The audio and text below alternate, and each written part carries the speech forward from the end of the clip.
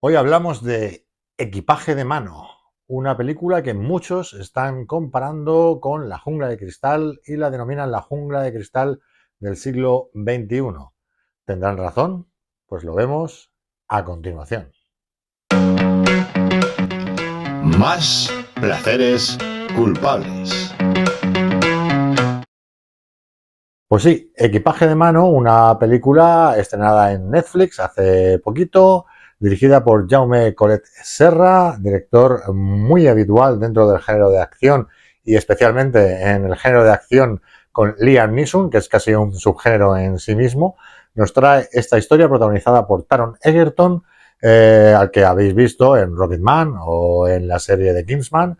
Y es cierto eso de que tiene relación con la jungla de cristal. Pues sí y no. Sí, en la ambientación navideña, porque está ambientado también en Nochebuena, Navidad. Tendría cierto contacto con la Jungla 2 al desarrollarse en un aeropuerto, pero argumentalmente no tiene absolutamente nada que ver. Eso sí, espiritualmente, al menos el que suscribe sí que nota esa cierta conexión con la jungla de cristal. El hecho de una persona en solitario teniendo que enfrentarse a un grupo terrorista, ladrones, mercenarios. Es un poco como mezclar la jungla 1 y la jungla 2, incluso un poco de la jungla 3. Darle una vuelta de tuerca y encontraríais este equipaje de mano. La verdad que la historia está muy bien narrada. Jaume Collet Serra ha demostrado sobradamente su capacidad, su pulso narrativo para este tipo de thrillers, de películas de acción. Cuando yo vi la duración, no llega a las 2 horas por poquito, pensé cómo van a alargar la trama inicial, que sin hacer ningún tipo de spoiler va de intentar colar una maleta en un aeropuerto utilizando para ello a uno de los guardias de seguridad del aeropuerto, al que le tienen amenazado o bajo coacción para que deje pasar esa maleta. Cómo ese argumento, en principio tan trivial, tan mínimo, iba a poder dar para una película de casi 2 horas.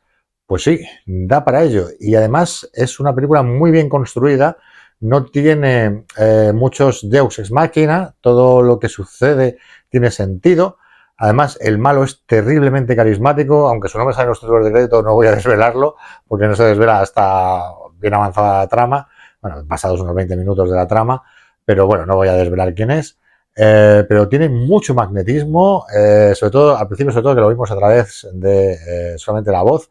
La verdad que está muy bien, es un malo magnético, el típico malvado con un plan que además sabe adaptarse a cuando ese plan se le viene al traste, y la verdad que a veces hasta estás un poco de su lado porque su punto de vista, pues bueno, dentro de lo malo podía ser peor. Y la verdad está muy bien llevado ese juego del gato y el ratón entre Taron Egerton y el villano. Está muy bien llevado porque también entiendes, lógicamente, el punto de vista es el de Taron Egerton y te pones muy en su lugar, muy qué harías tú en una situación como esta. Y la verdad que está muy bien la película. Sorprendentemente, Netflix está elevando el nivel de las películas de su canal, o sea, las películas que ellos mismos producen. En vez de tirar el dinero contratando a muchas estrellas y mucha pirotecnia, aquí se han centrado en un thriller conciso, en un marco muy, no original, pero sí muy adecuado para ese tipo de thrillers, ¿no? Un aeropuerto en Navidad. Y la verdad que está muy bien, os mantiene en tensión toda la duración de la película y tiene momentos muy buenos, unos giros muy interesantes, sin que ninguno llegue a sorprender del todo, porque como digo, la historia está tan bien construida que realmente todo te encaja y la verdad que está muy bien. Hay un elenco de secundarios que hemos visto en muchas otras series, como en The Seal, o en Breaking Bad, ¿no? Tenemos ahí secundarios de estas series. El actor más conocido es Taron Egerton y también su antagonista. Pero bueno, son actores, digamos, no de segunda división, porque Taron Egerton, coño, le hemos visto en Rocketman, le hemos visto en las películas de Kingsman, ¿no? Es un actor de relativo prestigio, pero bueno, no es una mega estrella, con lo cual se puede trabajar muy bien con él y en esta película, ya digo, lo hace muy bien. Ya sabíamos que era un buen actor desde Rocketman, pero aquí pues demuestra que puede hacer de un tipo normal, metido en una situación complicada y cómo va pues intentando solventar todo ese gran problema que tiene.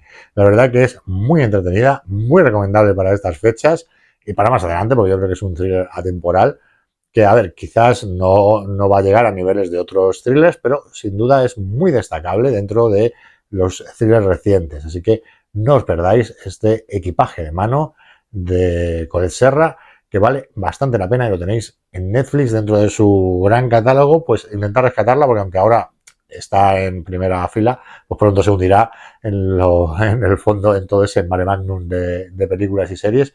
Así que anotarlo en favoritos y en cuanto podáis echarle un ojo, porque vale mucho la pena.